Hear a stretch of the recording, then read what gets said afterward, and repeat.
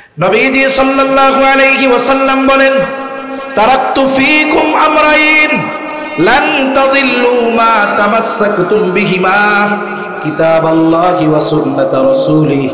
নবীজি সাল্লাল্লাহু আলাইহি ওয়াসাল্লাম বলেন, আমি তোমাদের জন্য দুটো জিনিস রেখে গেলাম। কয়টা জিনিস? জোরে বলেন কয়টা?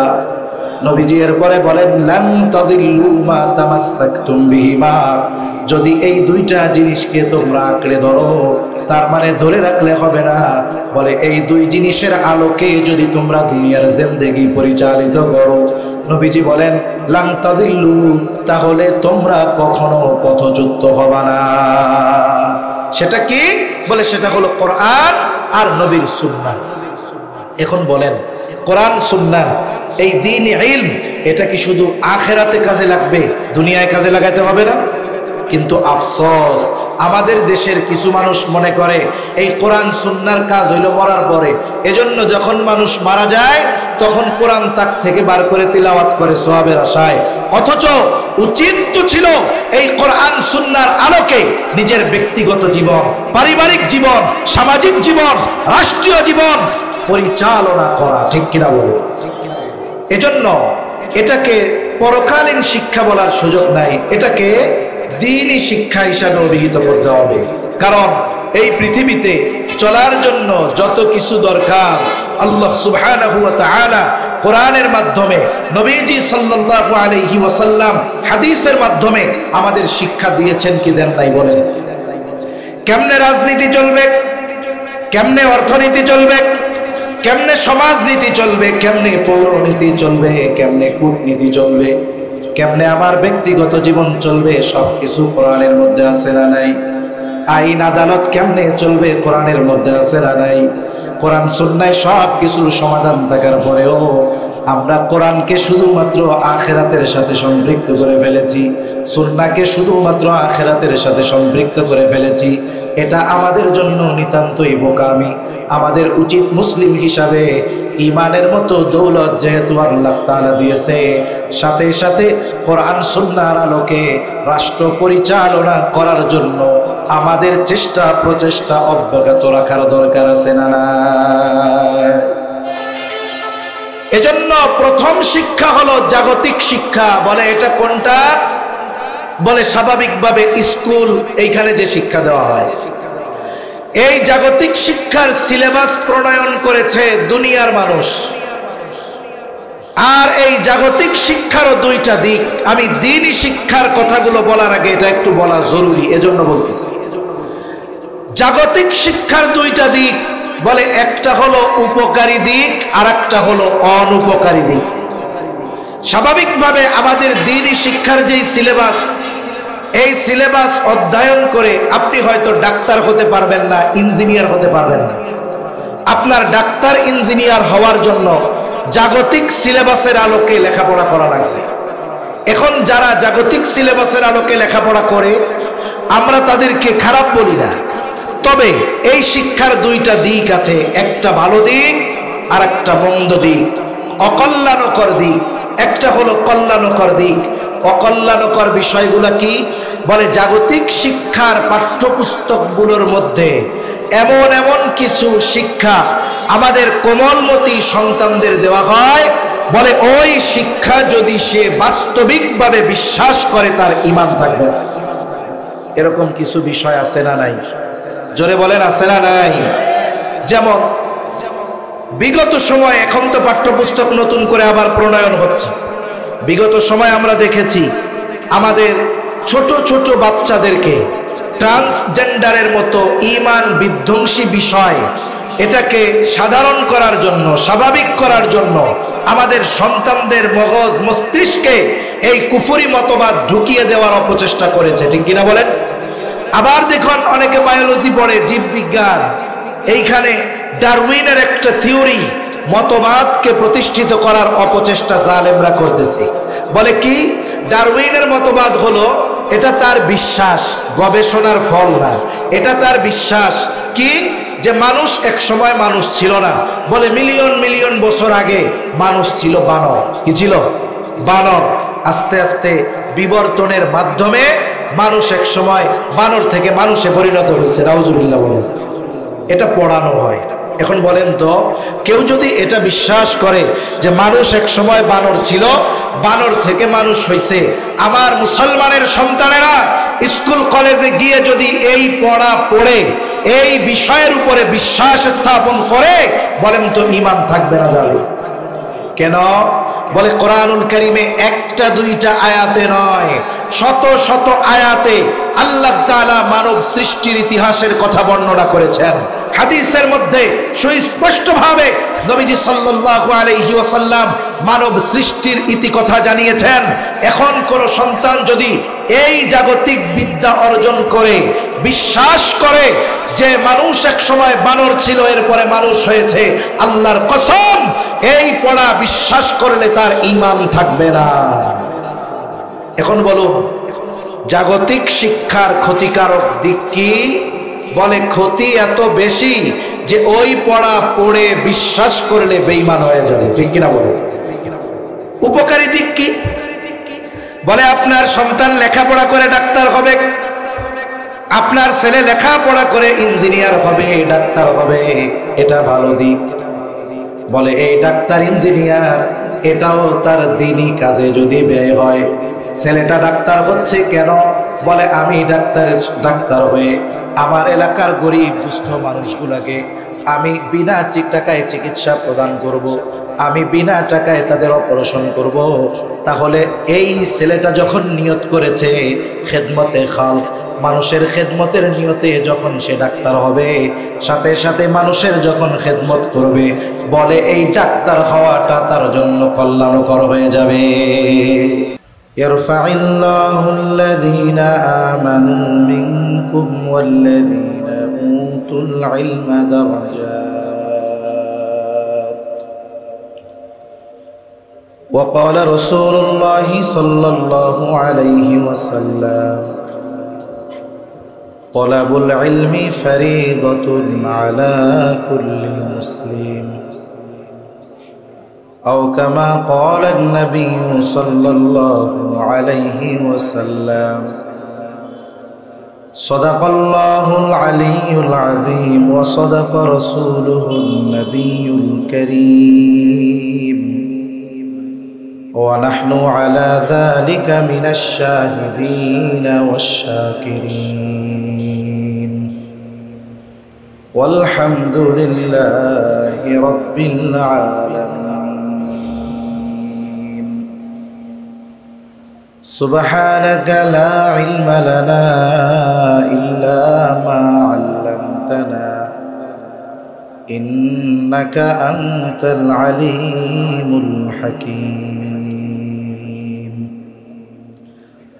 اللهم صل على محمد وعلى آل محمد كما صليت على إبراهيم وعلى آل إبراهيم إنك حميد مجيد اللهم بارك على محمد وعلى آل محمد كما باركت على إبراهيم وعلى آل إبراهيم إنك حميد مجيد الحمد لله ঐতিহ্যবাহী সিলেট জেলার অন্তর্গত ওসমানীনগর থানাধীন জামিয়া আরাবিয়া ইসলামিয়া দারুল কোরআন দয়ামির মাদ্রাসা এর উদ্যোগে ৭২তম বার্ষিক ওয়াজ মাহফিল।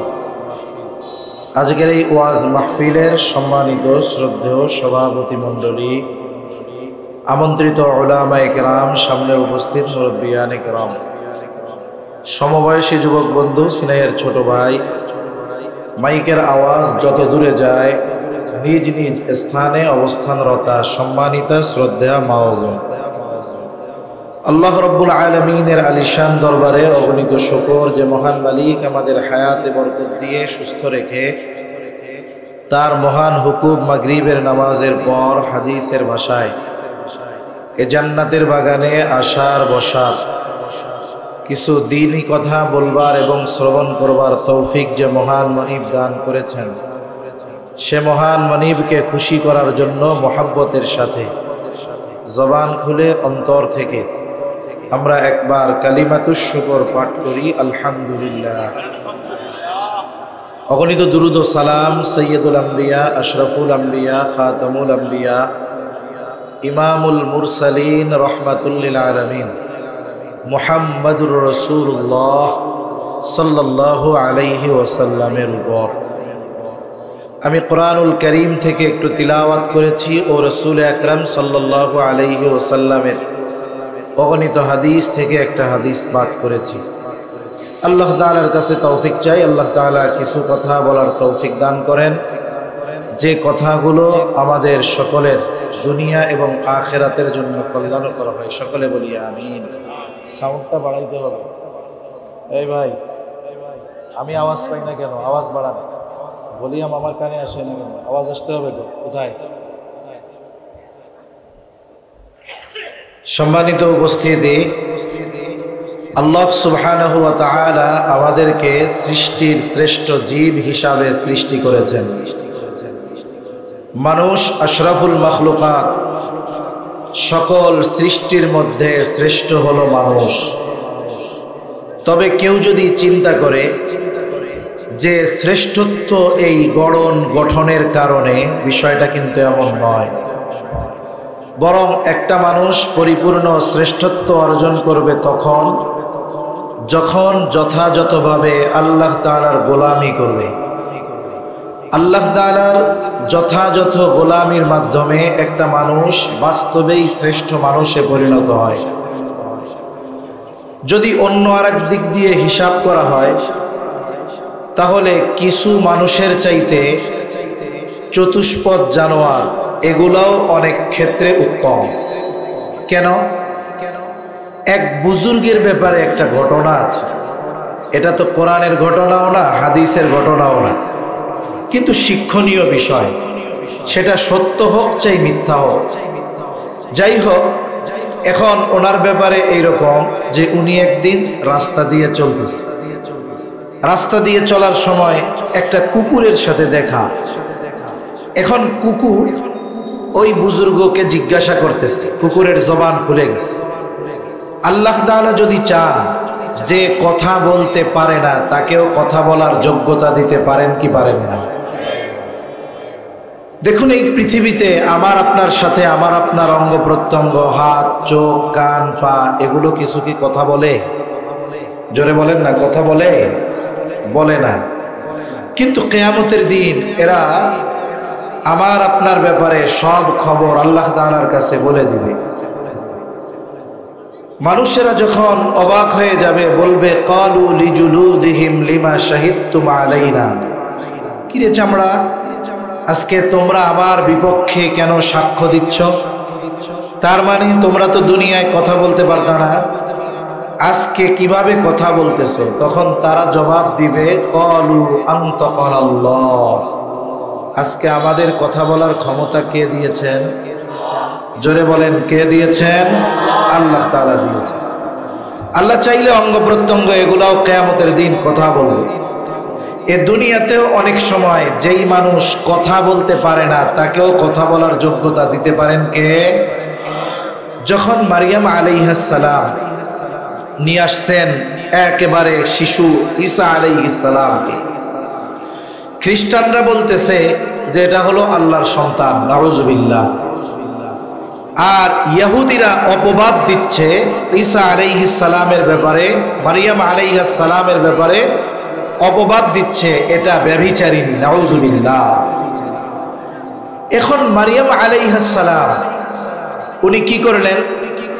এই কথাগুলোর জবাব না দিয়ে ফাআশারাত ইলাই, তিনি তার কোলের সন্তানের দিকে ইশারা দিলেন যে আমারে জিজ্ঞাসা না কইরা এরে জিজ্ঞাসা করো। এখন সে তো সদ্যভূমিষ্ঠ শিশু, কথা বলবে কেমন? তারা বলতেছে ক্বালু কাইফা নুকাল্লিমু মান কানা ফিল মাহদি সাবিয়া। এই দোলনার শিশু, দুগ্ধপোষ্য শিশু, এটা কথা বলবে কেমন? এখন বলেন তো, আল্লাহ যদি চায় বলতে পারবে কি পারবে না? ঈসা আলাইহিস সালাম দুগ্ধপোষ্য শিশু, আল্লাহ জবান খুলে দিছে। তিনি কি বলতেছেন? ক্বালা ইন্নী আবদুল্লাহ আতানিয়াল কিতাব ওয়া জাআলানি নাবিয়্যা।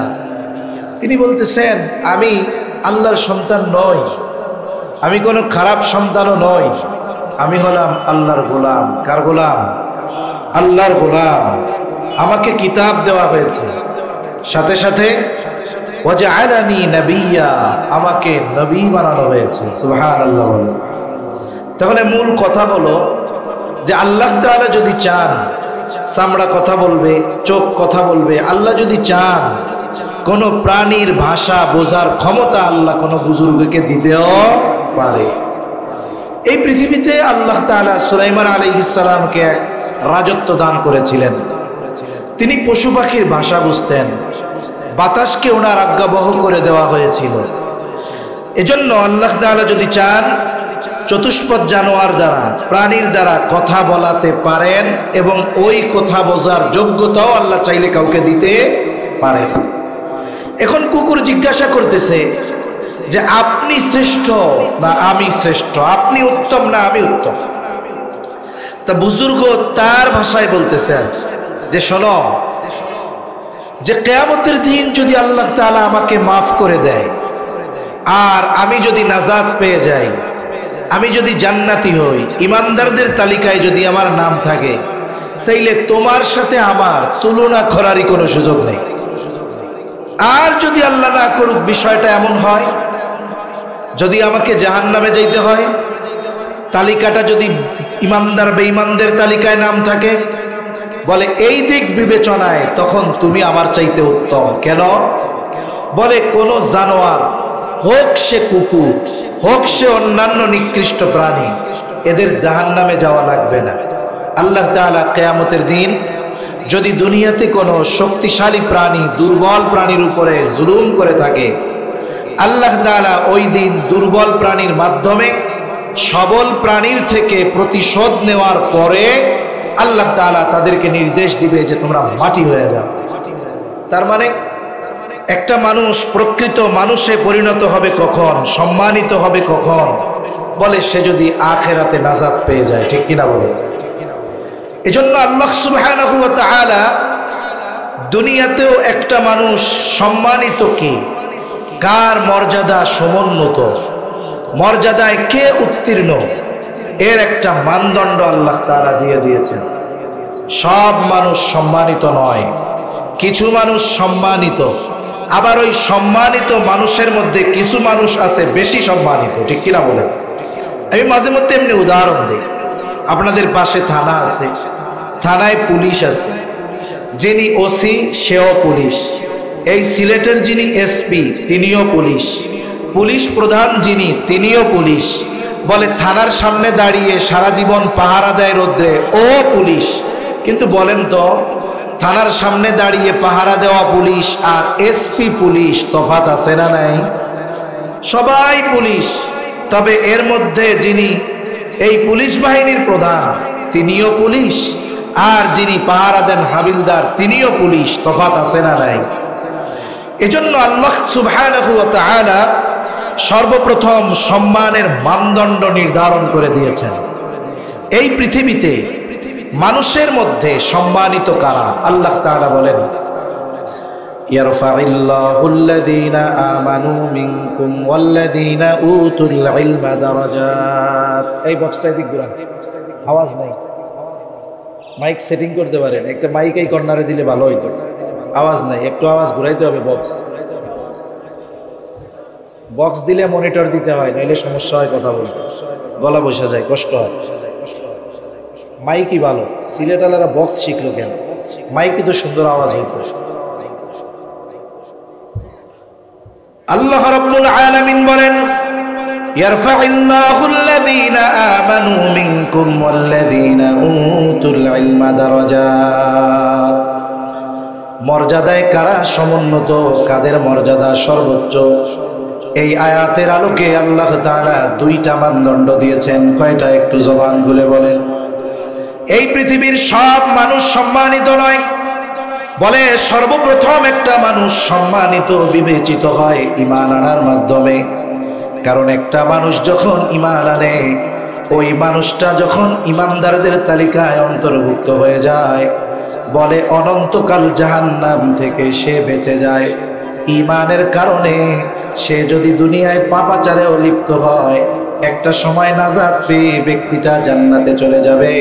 তার মানে সৃষ্টির মধ্যে মানুষের শ্রেষ্ঠত্ব আল্লাহ তাআলা দিয়েছেন, তবে ওই মানুষগুলো শ্রেষ্ঠ মানুষের অন্তর্ভুক্ত, উত্তম মানুষের অন্তর্ভুক্ত। বলে যেই মানুষগুলো ঈমানের মতো দৌলত অর্জন করতে পেরেছে। কারণ একটা মানুষ আসলে সম্মানিত না লাঞ্ছিত, এটা দুনিয়ার টাকা পয়সা ধন দৌলত প্রভাব প্রতিপত্তির দ্বারা নির্মিত হবে না, বরং এই দুনিয়া ক্ষণস্থায়ী। দুনিয়ার সফলতা বিফলতা সবকিছু ক্ষণস্থায়ী। চোখ দুটো বন্ধ হয়ে গেলে দুনিয়ার সফলতার কোনো দাম নাই, মূল্য নাই। চোখ দুটো বন্ধ হয়ে গেলে দুনিয়ার ক্ষমতার কোনো মূল্য নাই। বলে আসল সফল কি? বলে অনন্তকালের সফল যে। আর কোন ব্যক্তি যদি অনন্তকালের সফলতা অর্জন করতে চায়, বলে ঈমানবিহীন এটা তার জন্য কখনোই সম্ভব নয়। আসল সফল হলো তারা, আল্লাহ তাআলা বলেন ফামান যুহজিহা আনিন নার ওয়া উদখিলাল জান্নাতা ফাকাদ ফাজ। আল্লাহ তাআলা বলেন যাদেরকে আগুন তথা জাহান্নাম থেকে বাঁচানো হবে, জান্নাতে প্রবেশ করানো হবে, আল্লাহ তাআলা বলেন ওই মানুষগুলোই হলো সফল। আল্লাহর কসম, যেই ব্যক্তি ঈমানদার নয়, ওই ব্যক্তি জান্নাতে যাওয়া তো বহু দূরের কথা, ওই ব্যক্তি জান্নাতের ঘ্রাণ পর্যন্ত পাবে না। দুনিয়ার মানুষের কাছে সম্মানের মানদণ্ড সম্পদ হতে পারে, টাকা পয়সা হতে পারে, ধন দৌলত হতে পারে, কিন্তু আল্লাহ তাআলার কাছে সম্মানিত হওয়া অন্যতম মানদণ্ড হলো ঈমান। ঠিক কিনা বলে? এজন্য আল্লাহ তাআলা বলেন তাদের মর্যাদাকে আল্লাহ তাআলা সমুন্নত করেছেন। বলে কাদের? আল্লাযীনা আমানু মিনকুম, তোমাদের মধ্য থেকে যারা ঈমান এনেছে। সাথে সাথে দ্বিতীয় আরেকটা শর্ত আল্লাহ তাআলা দেন, বলে ওয়াল্লাযীনা উতুল ইলমা দারাজাত, আর যাদেরকে ইলমের মতো দৌলত দান করা হয়েছে। যে ব্যক্তি ইলম অর্জন করতে পেরেছে, আল্লাহ তাআলা যাকে ইলমের মতো দৌলত দান করেছেন, একথা একদিক দিয়ে বলা যায় যে দ্বীনি ইলম এটা সবাই চাইলেই অর্জন করতে পারে না। কারণ আমরা অনেক সময় দেখি মাদ্রাসাগুলায় বছরের শুরুতে শত শত হাজার হাজার ছাত্র ভর্তি হয়, কিন্তু মেধা ভালো, জেহেন ভালো, মুখস্থ শক্তি ভালো, দেখা যায় এই ফুলটা অকালেই ঝরে যায়, গন্তব্যে পৌঁছাইতে পারে না।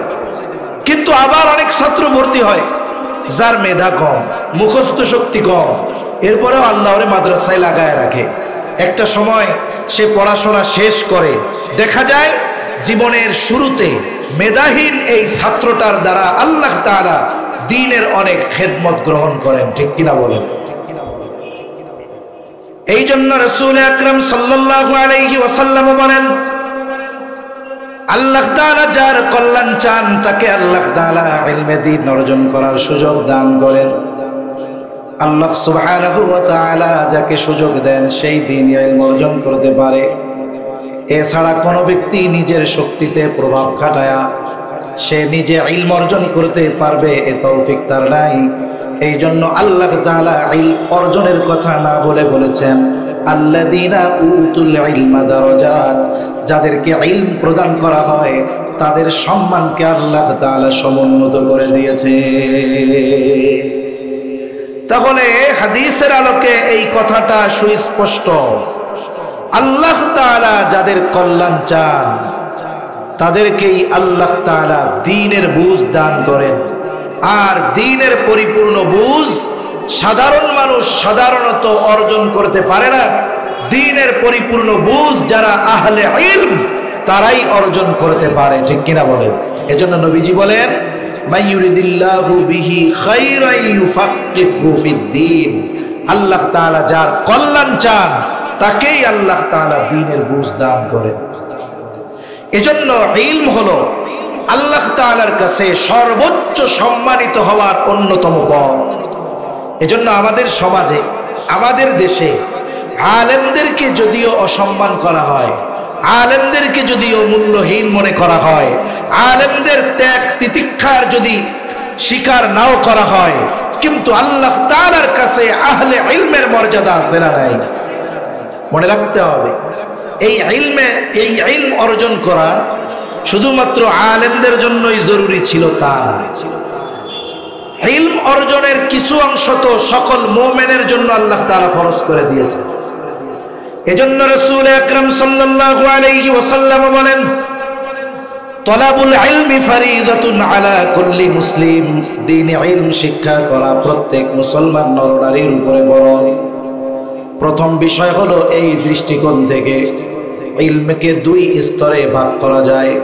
সর্বপ্রথম যদি নজর দেই শিক্ষা ব্যবস্থার দিকে, তাহলে সাধারণত আমাদের দেশে দুই ধরনের শিক্ষা প্রচলিত আছে। বলে একটা হলো জাগতিক শিক্ষা আর একটা হলো দ্বীনি শিক্ষা। একটা হলো জাগতিক শিক্ষা আর একটা হলো দ্বীনি শিক্ষা। কিছু মানুষ আবার বলে একটা হলো দুনিয়াবী শিক্ষা আর একটা হলো পরকালীন শিক্ষা। তার মানে মাদ্রাসা শিক্ষাকে পরকালীন শিক্ষা বলে, কোরআন হাদিসের শিক্ষাকে পরকালীন শিক্ষা বলে।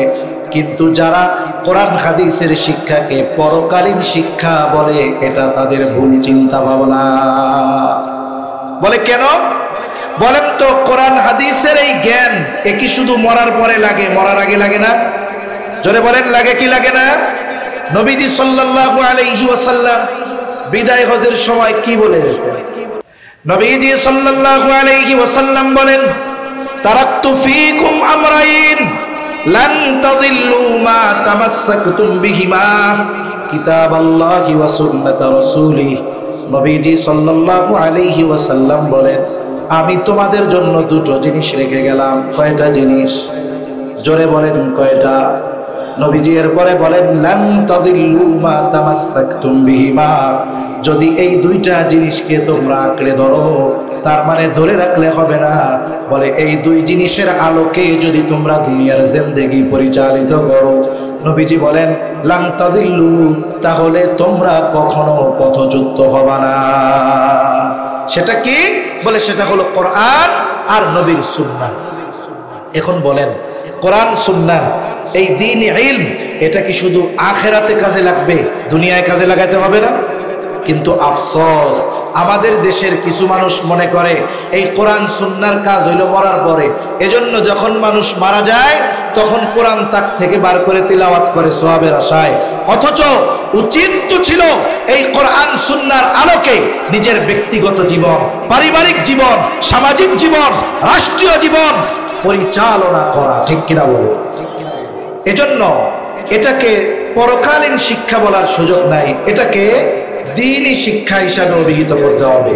কারণ এই পৃথিবীতে চলার জন্য যত কিছু দরকার আল্লাহ সুবহানাহু ওয়া তাআলা কোরআনের মাধ্যমে, নবীজি সাল্লাল্লাহু আলাইহি ওয়াসাল্লাম হাদিসের মাধ্যমে আমাদের শিক্ষা দিয়েছেন কি দেন নাই? বলেন, কেমনে রাজনীতি চলবে, কেমনে অর্থনীতি চলবে, কেমনে সমাজনীতি চলবে, কেমনে পৌরনীতি চলবে, কেমনে কূটনীতি চলবে, কেমনে আমার ব্যক্তিগত জীবন চলবে, সবকিছু কোরআনের মধ্যে আছে না নাই? আইন আদালত কেমনে চলবে, কোরআনের মধ্যে আছে না নাই? কোরআন সুন্নাহয় সব কিছুর সমাধান থাকার পরেও আমরা কোরআনকে শুধুমাত্র আখিরাতের সাথে সম্পৃক্ত করে ফেলেছি, সুন্নাহকে শুধুমাত্র আখিরাতের সাথে সম্পৃক্ত করে ফেলেছি। এটা আমাদের জন্য নিতান্তই বোকামি।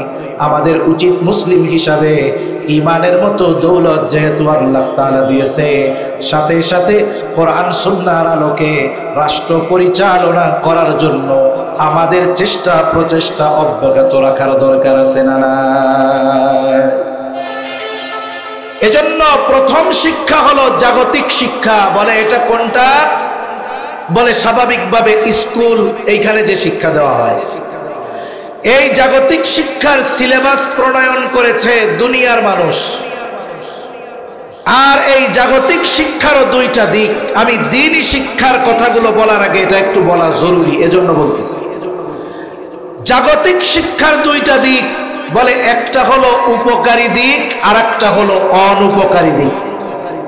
স্বাভাবিকভাবে আমাদের দ্বীনি শিক্ষার যেই সিলেবাস, এই সিলেবাস অধ্যয়ন করে আপনি হয়তো ডাক্তার হতে পারবেন না, ইঞ্জিনিয়ার হতে পারবেন না। আপনার ডাক্তার ইঞ্জিনিয়ার হওয়ার জন্য জাগতিক সিলেবাসের আলোকে লেখাপড়া করা লাগবে। এখন যারা জাগতিক সিলেবাসের আলোকে লেখাপড়া করে আমরা তাদেরকে খারাপ বলি না, তবে এই শিক্ষার দুইটা দিক আছে, একটা ভালো দিক আর একটা মন্দ দিক, অকল্যাণকর দিক। একটা হলো কল্যাণকর দিক। অকল্যাণকর বিষয়গুলো কি? বলে জাগতিক শিক্ষার পাঠ্যপুস্তকগুলোর মধ্যে এমন এমন কিছু শিক্ষা আমাদের কোমলমতি সন্তানদের দেওয়া হয়, বলে ওই শিক্ষা যদি সে বাস্তবিকভাবে বিশ্বাস করে তার ঈমান থাকবে না। এরকম কিছু বিষয় আছে না নাই? জোরে বলেন আছে না নাই? যেমন বিগত সময়, এখন তো পাঠ্যপুস্তক নতুন করে আবার প্রণয়ন হচ্ছে। বিগত সময় আমরা দেখেছি আমাদের ছোট ছোট বাচ্চাদেরকে ট্রান্সজেন্ডারের মতো ঈমান বিধ্বংসী বিষয়, এটাকে সাধারণ করার জন্য, স্বাভাবিক করার জন্য আমাদের সন্তানদের মগজ মস্তিষ্কে এই কুফরি মতবাদ ঢুকিয়ে দেওয়ার অপচেষ্টা করেছে, ঠিক কিনা বলেন? আবার দেখুন অনেকে বায়োলজি পড়ে, জীববিজ্ঞান, এইখানে ডারউইনের একটা থিওরি মতবাদকে প্রতিষ্ঠিত করার অপচেষ্টা জালেমরা করতেছে। বলে কি? ডারউইনের মতবাদ হলো এটা তার বিশ্বাস, গবেষণার ফল না, এটা তার বিশ্বাস কি যে মানুষ এক সময় মানুষ ছিল না। বলে মিলিয়ন মিলিয়ন বছর আগে মানুষ ছিল বানর। কি ছিল? বানর। আস্তে আস্তে বিবর্তনের মাধ্যমে মানুষ এক সময় বানর থেকে মানুষে পরিণত হয়েছে। নাউজুবিল্লাহ বলেন। এটা পড়ানো হয়। এখন বলেন তো, কেউ যদি এটা বিশ্বাস করে যে মানুষ এক সময় বানর ছিল, বানর থেকে মানুষ হয়েছে, আমার মুসলমানের সন্তানেরা স্কুল কলেজে গিয়ে যদি এই পড়া পড়ে এই বিষয়ের উপরে বিশ্বাস স্থাপন করে, বলেন তো ঈমান থাকবে না যাবে কেন? বলে কোরআনুল কারীমে একটা দুইটা আয়াতে নয়, শত শত আয়াতে আল্লাহ তাআলা মানব সৃষ্টির ইতিহাসের কথা বর্ণনা করেছেন। হাদিসের মধ্যে সুস্পষ্টভাবে নবীজি সাল্লাল্লাহু আলাইহি ওয়াসাল্লাম মানব সৃষ্টির ইতিকথা জানিয়েছেন। এখন কোন সন্তান যদি এই জাগতিক বিদ্যা অর্জন করে বিশ্বাস করে যে মানুষ এক সময় বানর ছিল, এরপরে মানুষ হয়েছে, আল্লাহর কসম এই পড়া বিশ্বাস করলে তার ঈমান থাকবে না। এখন বলুন, জাগতিক শিক্ষার ক্ষতিকারক দিক কি? বলে ক্ষতি এত বেশি যে ওই পড়া পড়ে বিশ্বাস করলে বেঈমান হয়ে যাবে, ঠিক কিনা বলুন? উপকারী দিক কি? বলে আপনার সন্তান লেখাপড়া করে ডাক্তার হবে, আপনার ছেলে লেখাপড়া করে ইঞ্জিনিয়ার হবে, ডাক্তার হবে, এটা ভালো দিক। বলে এই ডাক্তার ইঞ্জিনিয়ার এটাও তার দ্বীনি কাজে যদি ব্যয় হয়। ছেলেটা ডাক্তার হচ্ছে কেন? বলে আমি ডাক্তার হয়ে আমার এলাকার গরিব দুস্থ মানুষগুলোকে আমি বিনা টাকায় চিকিৎসা প্রদান করব, আমি বিনা টাকায় তাদের অপারেশন করব। তাহলে এই ছেলেটা যখন নিয়ত করেছে খেদমতে খালক, মানুষের খেদমতের নিয়তে যখন সে ডাক্তার হবে, সাথে সাথে মানুষের যখন খেদমত করবে, বলে এই ডাক্তার হওয়াটা তার জন্য কল্যাণকর হয়ে যাবে। মানুষের খেদমতের কারণে দ্বীনি ঈমান যদি ঠিক থাকে, তাহলে এই ডাক্তার মানুষের সেবা করার কারণে আখিরাতে আল্লাহর কাছে প্রতিদান পাবে কি পাবে না? এই ধরনের ডাক্তার সমাজের জন্য কল্যাণকর। এখন আপনার সন্তান ইঞ্জিনিয়ার হবে, তার উদ্দেশ্য কি? বলে আমি লেখাপড়া করে ইঞ্জিনিয়ার হব। আমার উদ্দেশ্য হলো ইঞ্জিনিয়ার হবার পর শুধু টাকা পয়সা উপার্জন করা নয়, বরং মাদ্রাসা মসজিদের ভবন যদি করে দিতে হয় আমি লক্ষ টাকা নিব না। বলে ফি সাবিলিল্লাহ, আল্লাহর জন্য আমি এই ডিজাইনগুলো ফ্রি করে দিব। আমি যদি কোনো কাজ পাই জালেমদের মতো রডের বদলে বাঁশ দিব না, সিমেন্টের জায়গায় বালু বেশি খাটাবো না, দুর্নীতি করব না। এই যে দ্বীনি খেদমতে যখন সে তার মেধাটাকে কাজে লাগাতে নিয়ত করবে, বলে ওই ইঞ্জিনিয়ার, কল্যাণকর একজন ইঞ্জিনিয়ার, তার শিক্ষা দ্বীনি কাজে ব্যয় হওয়ার কারণে, মসজিদ মাদ্রাসার খেদমতে ব্যয় হওয়ার কারণে ওই ব্যক্তির এই খেদমতটা, কর্মটাও তার জন্য আখিরাতে কল্যাণকর হয়ে যাবে। এজন্য সন্তান যদি জাগতিক শিক্ষায় শিক্ষিত হয়, কল্যাণকর দিক এইগুলো। যদি আবার ওই বায়োলজি পড়তে গিয়ে ডারউইনের মতবাদ বিশ্বাস করে নেয়, তাহলে তো বড় ক্ষতি, ঈমান চলে যাবে। ঠিক কিনা বলেন? আমি একটা দুইটা উদাহরণ শুধু বললাম এই কারণে যে জাগতিক শিক্ষার যে উপকারী দিক নাই তা না, বরং উপকারী দিক কখন হবে? বলে যখন ওই জ্ঞানটাকে সে দ্বীনের খেদমতে কাজে লাগায়। দ্বীনের খেদমত বলতে শুধু মাদ্রাসা মসজিদ বলি নাই। ওই যে ডাক্তার গরিব মানুষের সেবা করে, মাদ্রাসায় মাসে একদিন আসে, যে অসহায় দরিদ্র ছাত্রদের ওই হেলথ চেক আপ করে, স্বাস্থ্য দেখে, বলে এই যে দ্বীনের খেদমতে তার জ্ঞানকে কাজে লাগাচ্ছে, এই কারণে এটা তার জন্য উপকারী হবে দুনিয়া আখিরাতে। ঠিক কিনা? এবার আসেন, দ্বীনি ইলম, যেটা দ্বীনি ইলমের সিলেবাস, এটা দুনিয়ার কোনো মানুষ প্রণয়ন করে নাই। দ্বীনি ইলম এর সিলেবাস প্রণয়ন করেছেন স্বয়ং কে? জোরে বলেন, আরো জোরে বলেন কে? এই পৃথিবীতে সর্বপ্রথম যিনি ক্লাস 10-এ পড়েছেন, এই বই প্রণয়ন করেছে 10 পাস করে নাই এমন লোক। ঠিক কিনা বলেন? সর্বপ্রথম যে ক্লাস 10-এ পড়ছে, এই বইটা যে লিখছে, প্রণয়ন করেছে, সেই তো ক্লাস 10-এ উঠে নাই। কারণ ক্লাস 10-এর সিলেবাস প্রণয়ন করেছে মানুষ, যে ক্লাস 10-এ পড়ে নাই, সে কেমন করে ক্লাস 10-এর বই লিখলো? সেজন্য এই পৃথিবীর জাগতিক শিক্ষার, উচ্চ শিক্ষায় যারা শিক্ষিত, তাদের শিক্ষা পুস্তক যে প্রণয়ন করেছে, সে আগে ওই জায়গায় পৌঁছাইতে পারে নাই। কথাটা মনে হয় বুঝাইতে পারে নাই। বুঝতে পারছেন? মনে করেন সর্বপ্রথম যে ক্লাস 10-এ পড়ছে, একটা বই পড়ছে না ক্লাস 10-এ, তাহলে এই বইটা যে লিখছে 10-এর জন্য, সে তো আর 10-এ পড়া লোক না, সে 9-এ পড়ালো, 8-এ পড়ালো।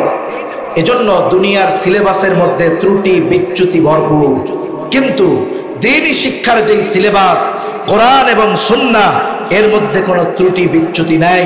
কারণ এই সিলেবাসের প্রণয়নকারী স্বয়ং আল্লাহ রাব্বুল আলামিন। এখন এই দ্বীনি শিক্ষার দুইটা স্তর, বলে একটা হলো ফরজে কিফায়া, আর একটা হলো ফরজে আইন। ফরজে আইন যেটা সকল মুসলমানের জন্য শেখা জরুরি। ফরজে আইনের কথাই নবীজি বলেন, তলাবুল ইলমি ফারিদাতুন আলা কুল্লি মুসলিম। দ্বীনি ইলম শিক্ষা করা প্রত্যেক মুসলমান নরনারীর উপরে ফরজ। এখন প্রথম প্রশ্ন, কতটুকু ফরজ? কেউ কেউ বলেন একটা মানুষ পরিপূর্ণ দ্বীনের উপরে চলার জন্য যতটুকু ইলমে দ্বীন দরকার ততটুকু শেখা ফরজ। আবার কেউ কেউ বলেন এতটুকুতে হবে না। কেন হবে না? কারণ আল্লাহ তাআলা কোরআনুল কারীমের মধ্যে বলেন, ইয়া আইয়ুহাল্লাযীনা আমানু কু আনফুসাকুম ওয়া আহলিকুম নারা।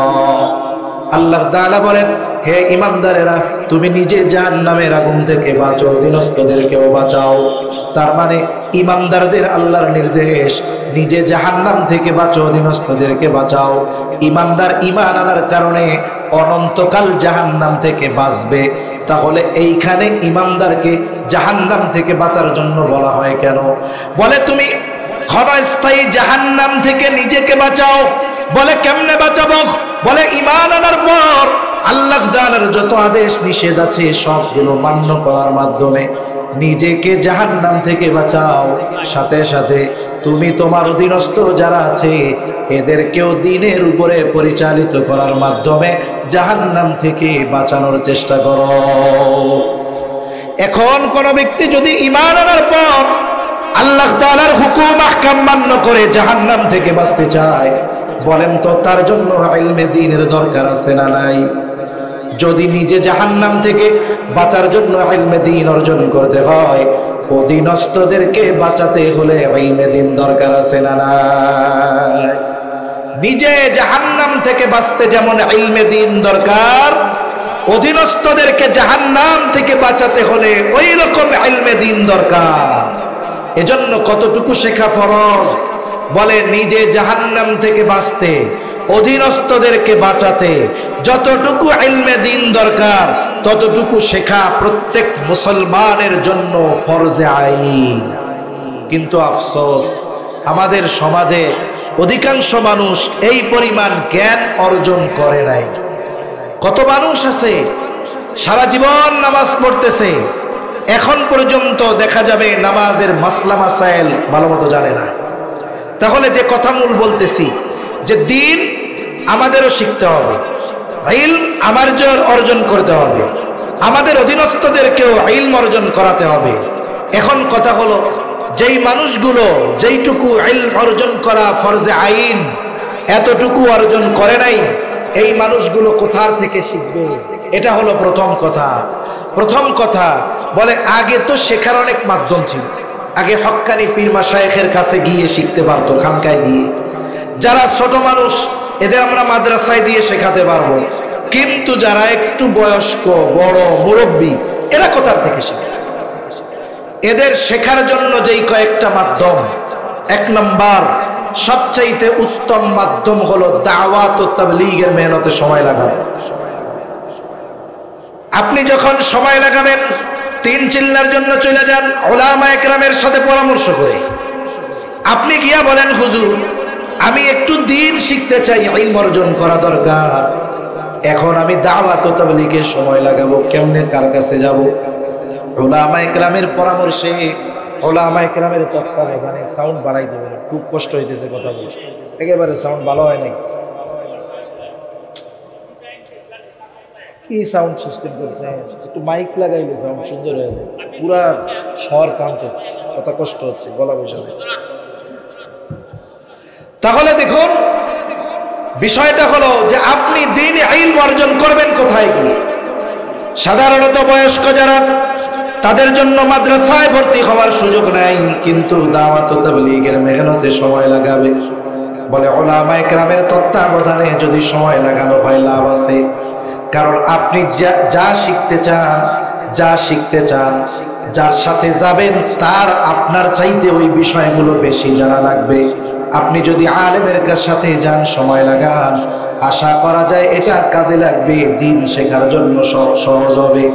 এইরকম হাজারো কারগুজারি আমাদের মধ্যে আছে। উলামায়ে কেরামের তত্ত্বাবধানে তিন চিল্লা সময় দিছে, 4 মাস। কোরআন দেখা পড়তে পারতো না, 5টা সূরাও বিশুদ্ধ ছিল না। অথচ দেখুন, নামাজ পড়ার জন্য, শুদ্ধ হওয়ার জন্য কমপক্ষে 5টা সূরা সহি শুদ্ধ করে জানতে হবে, কমপক্ষে 5টা জানতে হবে। কারণ নামাজ ভাঙ্গার যেই কারণগুলো, বলে প্রথম কারণ হলো নামাজে অশুদ্ধ পড়া। এখন কোন ব্যক্তির যদি নামাজের তিলাওয়াত অশুদ্ধ থাকে, তাহলে বলেন তো তার নামাজ থাকবে না যাবে? আপনি সুন্নাত যখন পড়বেন, 4 রাকাত সুন্নাত, সূরা ফাতিহা প্রত্যেক রাকাতে পড়বেন, সাথে সাথে 4 রাকাতে কমপক্ষে 4টা সূরা লাগবে। যদি এই 5 সূরা শুদ্ধ না হয়, তাহলে দেখা যাবে জীবনের অনেক নামাজি হয় না। ঠিক কিনা বলুন? উলামায়ে কেরামের তত্ত্বাবধানে দাওয়াত ও তাবলীগে সময় লাগায় হাজারো লাখো লাখো মানুষ কোরআন পড়তে পারতো না, সহি শুদ্ধভাবে কোরআন শিখেছে। যে নামাজের মাসলা মাসাইল গুলো শিখেছে, যে সূরাগুলো মুখস্থ করেছে, সেগুলো শুদ্ধভাবে শিখেছে। এরকম হাজারো ঘটনা বলা যাবে। এই জন্য প্রথম দাওয়াত হলো এইটা। যাদের সময় আছে, সুযোগ আছে, আলহামদুলিল্লাহ, অন্ধকার কেটে গেছে, উলামায়ে কেরামের তত্ত্বাবধানে 31 জানুয়ারি, 1-2 ফেব্রুয়ারি ইনশাআল্লাহ বিশ্ব ইজতেমা হবে। আপনারা এখন থেকেই প্রস্তুতি নেন, যাদের সময় আছে, যে তাবলীগে ইজতেমায় গিয়ে ওইখান থেকে আল্লাহর রাস্তায় উলামায়ে কেরামের সাথে বের হয়ে যাব। আমার দিল বলে, উলামায়ে কেরামের তত্ত্বাবধানে যদি 4টা মাস সময় লাগানো যায়, জরুরতে দিন যতটুকু দিন শেখা, ইলম শেখা ফরজ, আশা করা যায় ততটুকু ইলম শিখে সে বাড়ি আসতে পারবে। এটা গেল মুরব্বীদের ক্ষেত্রে। এখন যারা ছোট, তাদেরকে শেখাবেন কেমনে? বলে আমাদের দেশের পরিবেশ এমন নাই যে আপনি বাসায় বসে সন্তানকে দিন শেখাতে পারবেন। এই সুযোগ সাধারণত আমাদের দেশে নাই। এই জন্য সন্তানকে মাদ্রাসায় পাঠায় দেন। নুরানি মাদ্রাসায় দেন, কমপক্ষে ক্লাস 3 পর্যন্ত সন্তানরা নুরানি পড়ুক। এরপরে আপনি ডাক্তার বানান, ইঞ্জিনিয়ার বানান, অসুবিধা নাই। কারণ বাংলাদেশের নুরানি সিলেবাসগুলো এত সুন্দর, বলে একটা ছেলে যদি ক্লাস 3-4 পর্যন্ত নুরানি মাদ্রাসায় পড়ে, আশা করা যায় যতটুকু ইলম শেখা জরুরি, ওই বাচ্চাটা ততটুকু ইলম নুরানি মাদ্রাসায় পড়ে শিখে যায়। এজন্য প্রত্যেক মুসলমানের জন্য ফরজে আইন ওই পরিমাণ ইলম অর্জন করা। আমরা নিজেরাও করব, অধীনস্থদেরকেও ওই পরিমাণ ইলম অর্জনের ব্যবস্থা করে দিব, বলেন ইনশাআল্লাহ। এরপরের অংশ কি বলে? পরের স্তর হলো ফরজে কেফায়া। ফরজে কেফায়া কাকে বলে? সাধারণ ভাষায় আমরা যেটা বুঝি, এমন ফরজ যদি কোনো এলাকার কিছু ব্যক্তি ওই কাজটা করে, সকলের পক্ষ থেকে আদায় হয়ে যায়। যেমন একজন মানুষ মারা গেছে, এখন তার জানাজা, এটা কি? ফরজে কেফায়া। দেখা গেল ওই ব্যক্তি মারা গেছে, এলাকার লোক কেউ তাকে গোসলও দেয় না, কাফন দাফনের ব্যবস্থাও করে না, জানাজার ব্যবস্থাও করা নাই, লাশ পড়ে আছে। বলে এলাকার সবাই তো গুনাহগার হয়ে যাবে ওই ব্যক্তির জন্য, কারণ কেউ তার জানাজায় শরীক হচ্ছে না, কেউ তার দাফন কাফনের ব্যবস্থা করতেছে না। কিন্তু এলাকার কয়েকজন মানুষ এই দায়িত্ব গ্রহণ করে জানাজার নামাজ আদায় করলো। আপনি সৌদি আরব, আপনি দেশে নাই, আপনি এলাকার বাইরে আছেন, বলে আপনার আমার সকলের পক্ষ থেকে ওই ব্যক্তি বা ওই কয়েকজন ব্যক্তি আমার আপনার জিম্মাদারি তারা আদায় করে দিল, ঠিক কিনা বলেন? এখন বলেন, এলাকার মানুষ সবাই যদি আদায় না করত, সবাই গুনাহগার। কয়েকজন আদায় করার কারণে সকলের জিম্মাদারি যেহেতু পালন হয়ে গেল, তাইলে যেই কয়জন এই দায়িত্ব পালন করলো, যারা অনুপস্থিত ছিল, আদায় করতে পারে নাই, এই মানুষগুলো তাদের জন্য উপকার করেছে কি করে নাই? তার মানে সবাই যদি আদায় না করতো, সবাই গুনাহগার হতো। ওই কয়জন আদায় করার কারণে বাকি মানুষগুলো গুনার থেকে বেঁচে গেল। এই দৃষ্টিকোণ থেকে এরা আমাদের কল্যাণকামী। এখন আসো, এই যে মাদ্রাসা দেখতেছেন, দয়ামির মাদ্রাসা বলেন, গওহরপুর মাদ্রাসা বলেন, এই মাদ্রাসাগুলো এই যে ইলমে দ্বীনের যেই ফরজে কিফায়ার যেই স্তর, আমাদের উপরে অর্জন করা জরুরি ছিল, কিন্তু কিছু মানুষ অর্জন করলে এটা আদায় হয়ে যাবে। আমার তো সময় নাই, আমার সুযোগ নাই, আমি চাকরিতে ব্যস্ত, কিন্তু আমার এলাকার কিছু সন্তান, কিছু অভিভাবক সন্তানদের মাদ্রাসায় দিয়েছে, যাও তোমরা হাফেজ হবা, তোমরা আলেম হবা, তোমরা মুফতি হবা, তোমরা মুহাদ্দিস হবা, তোমরা তাখাসসুস ফিল হাদিস, তোমরা হাদিসের উপরে গবেষণা করবা, তোমরা বড় বড় আলেম হবা।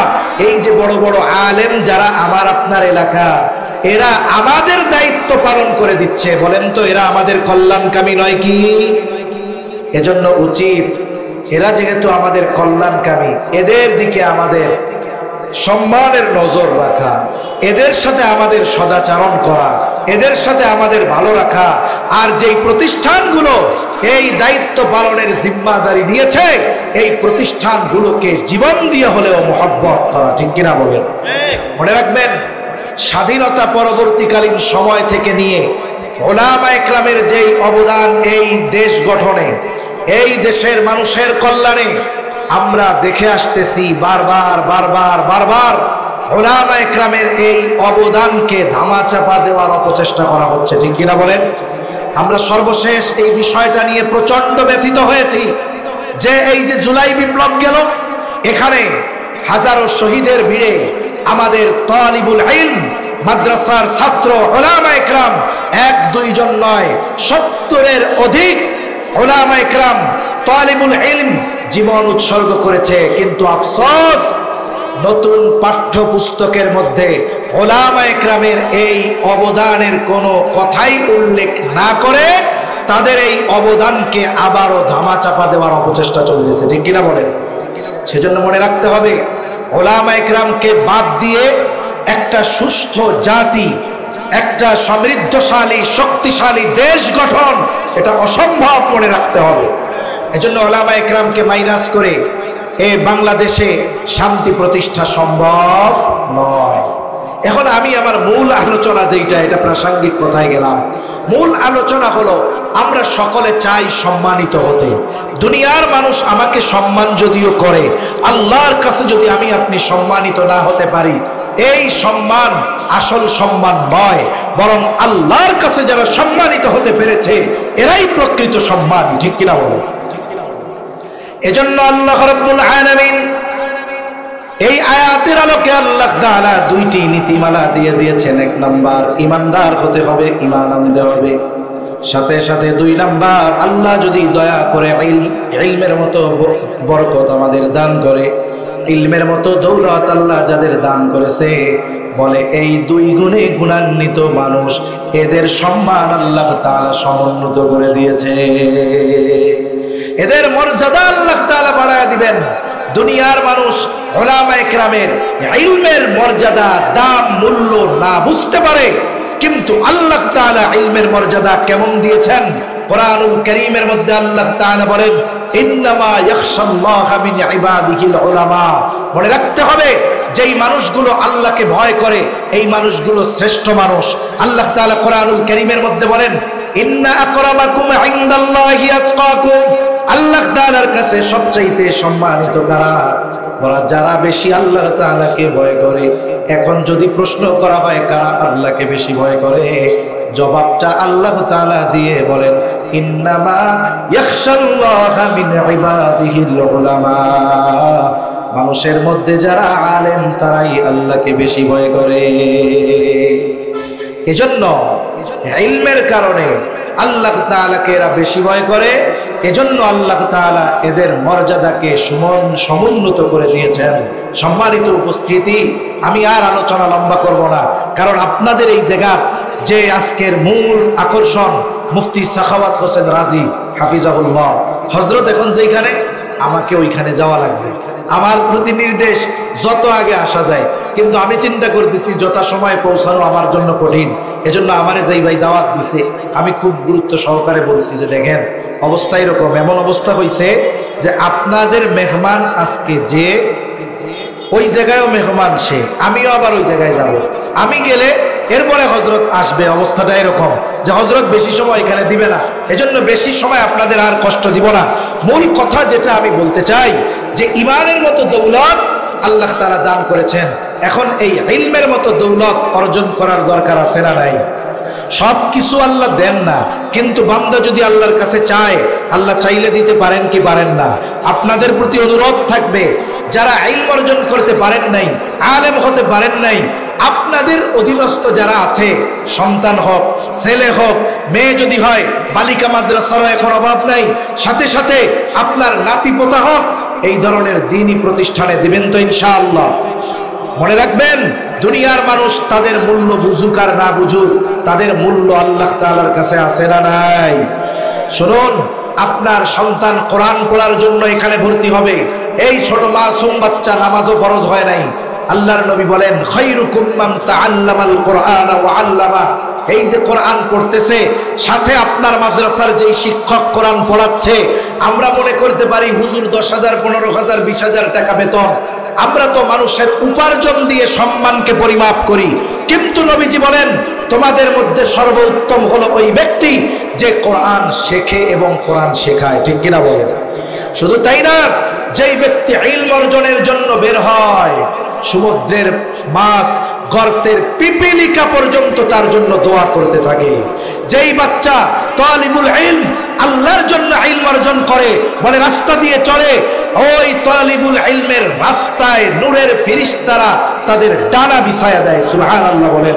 শুনুন, আহলে ইলম, তালিবুল ইলম, আলেমের মর্যাদা এটা যে কত, নবীজি সাল্লাল্লাহু আলাইহি ওয়াসাল্লাম বলেন, ফাদলুল আলিমি আলাল আবিদি কাফাদলি আলা আদনাকুম। একজন আলেমের মর্যাদা কেমন? নবীজি সাল্লাল্লাহু আলাইহি ওয়াসাল্লাম বলেন, তোমাদের মধ্যে আমার মর্যাদা যেমন, সাধারণ মানুষের মধ্যে একজন আলেমের মর্যাদা তেমন। সুবহানাল্লাহ। এজন্য নবীজি সাল্লাল্লাহু আলাইহি ওয়াসাল্লাম তার প্রকৃত ওয়ারিস হিসাবে উলামায়ে কেরামকে অভিহিত, উলামায়ে কেরামের কথা ঘোষণা করেছেন। নবীজি সাল্লাল্লাহু আলাইহি ওয়াসাল্লাম বলেন, ইন্নাল উলামা ওয়ারাসাতুল আম্বিয়া, আলেমরাই হলো নবীগণের ওয়ারিস। আর এই ওয়ারিস টাকা পয়সার ভিত্তিতে নয়। একজন সন্তান ওয়ারিস হিসাবে তার পিতার সম্পদের মালিক হয়ে যায়। আর নবীজি সাল্লাল্লাহু আলাইহি ওয়াসাল্লাম জানায় দিলেন আসল ওয়ারিস কে। এটা টাকা পয়সার ওয়ারিসের হিসাব নয়। বলে আহলে ইলম যারা অর্জন করেছে, আলেম যারা, এরাই নবীজির ওয়ারিস। ঠিক কিনা বলো? এজন্য শুনুন, আমরা দুনিয়ার মানুষকে টাকা পয়সা ধন দৌলত এগুলোকে মর্যাদার মাপকাঠি মনে করতেছি। মনে রাখতে হবে আল্লাহ সুবহানাহু ওয়া তাআলার কাছে এই টাকা পয়সা ধন দৌলত প্রভাব প্রতিপত্তি এটা মর্যাদার মাপকাঠি নয়। আপনি সারা দুনিয়ার মানুষের কাছে সম্মানিত, কিন্তু আখিরাতে লাঞ্ছিত। আল্লাহর কসম সে সম্মানিত নয়। বলে সারা দুনিয়ার মানুষ তার বিপক্ষে, তাকে কেউ পছন্দ করে না, কিন্তু আল্লাহ তাআলা তাকে ঈমানের সাথে সাথে ইলমের দৌলত দান করেছে। বলে ওই ব্যক্তি আল্লাহ তাআলার কাছে সম্মানিত। ঠিক কিনা বলে? এজন্য অনেক সময় আমরা চিন্তা করি নিজে আলেম হইতে পারলাম না, তাহলে অসুবিধা কি? সন্তানকে দেন। জাগতিক নিয়মটা কি? মনে করেন আপনি আপনার সন্তানকে কষ্ট করে লেখাপড়া শেখায়া জাগতিক হিসাবেই বড় অফিসার বানিয়েছেন। আপনার ছেলে এখন বিসিএস ক্যাডার, বড় অফিসার। ঢাকা শহরে তাকে বড় ফ্ল্যাট দেওয়া হয়েছে। তার অফিসিয়াল কাজের জন্য তাকে একটা ব্যক্তিগত গাড়ি ব্যবহারের সুযোগ দেওয়া হয়েছে। এই অফিসারের বাবা হলো কৃষক। অফিসারের বাবা কি? জোরে বলেন কি? এখন বলেন তো, এই কৃষক বাবা যদি ওই অফিসারের বাসায় যেতে চায়, গেট থেকে কি বলবে যে আপনার ছেলে অফিসার, তাতে কি? আপনি তো কৃষক, ঢুকতে পারবেন না। এ কথা বলার সুযোগ আছে? বরং যদি কেউ জানতে পারে এটা হলো ওই অফিসারের বাবা, কত রেসপেক্ট করবে, সম্মান করবে, নিজের চেয়ারে বসতে দিবে। একটা অশিক্ষিত মানুষ সন্তানকে জাগতিক শিক্ষায় শিক্ষিত করার কারণে ওই সন্তান যেই ফ্যাসিলিটি ভোগ করে, বলে ওই বাবা কৃষক হলেও সেই ফ্যাসিলিটি পায়। আপনি আলেম হইতে পারেন নাই, সন্তানকে আলেম বানিয়েছেন, হাফেজ বানিয়েছেন। আরে আপনার সন্তান আখিরাতে সম্মানিত। বলে আপনার যদি আমল কমও থাকে, ওই সন্তানের কারণে আপনি আপনার সন্তান আলেম বানানোর কারণে কিয়ামতের দিন সন্তান যেই ফ্যাসিলিটি ভোগ করবে, ওই সাধারণ বাবাও সেই ফ্যাসিলিটি ভোগ করবে। ঠিক কিনা বলেন? এজন্য হতাশ হওয়ার কারণ নাই। আপনি আলেম হতে পারেন নাই, আপনার সন্তানদের আলেম বানান। তারা যখন মর্যাদায় সমুন্নত হবে, হাফেজে কোরআনকে আল্লাহ যখন বলবেন পড়তে থাকো, ইকরা ওয়ারতাকি ওয়ারাতিল কামা কুনতা তুরাতিলু ফিদ দুনিয়া ফাইন্না মানজিলাকা ইনদা আখিরি আয়াতিন তাকরাউহা। তুমি পড়ো দুনিয়াতে যেমনি তারতিলের সাথে পড়তা, যেখানে তোমার পড়া শেষ ওই জায়গায় তোমার অবস্থান। আরে বলে ওইখানে আপনি সন্তান একা যাবে তা নয়, তার অভিভাবককে নিয়ে যাবে। ঠিক কিনা বলেন? হাদিসের মধ্যে এসেছে হাফেজে কোরআনের বাপ, তাকে নূরের টুপি পরানো হবে, নূরের জোড়া পোশাক পরানো হবে। আরে উজ্জ্বলতা কত! বলে দুনিয়ায় যদি ওইটা আসতো তাহলে সূর্যের আলো ওইটার সামনে নিশ্চিহ্ন হয়ে যাইত। আরে মানুষেরা বলবে যে কি ব্যাপার, এই লোকটা তো দুনিয়ায় আলেম ছিল না, হাফেজ ছিল না, বড় আমল করে নেওয়ালা ছিল না, এত সম্মানের অধিকারী হইল কেন? বলবে নিজে হইতে পারে নাই, কিন্তু সন্তানকে আলেম বানিয়েছে। আরে সন্তান যেহেতু আল্লাহর কাছে মর্যাদাবান, ওই সন্তানের বাবাকে আল্লাহ লাঞ্ছিত করবে, অপমানিত করবে, এটা হতে পারে না। এজন্য মনে রাখবেন, ইলম হলো আল্লাহ তাআলার কাছে মর্যাদার মাপকাঠি। আপনি আমি অর্জন করতে পারি নাই, কিন্তু আমার অধীনস্থদেরকে অর্জন করাবো, বলেন ইনশাআল্লাহ। আল্লাহ সুবহানাহু ওয়া তাআলা আমাদের সকলকে এই সংক্ষিপ্ত সময়ের এলোমেলো কথাগুলো বুঝবার, প্রয়োজনীয় কথাগুলো স্মরণ রেখে আমলের কথাগুলো আমল করবার তৌফিক দান করেন। সকলে বলি আমিন। ওয়া আখিরু দাওয়ানা আনিল হামদুলিল্লাহি রাব্বিল আলামিন। আসসালামু আলাইকুম ওয়া রাহমাতুল্লাহি ওয়া বারাকাতুহু।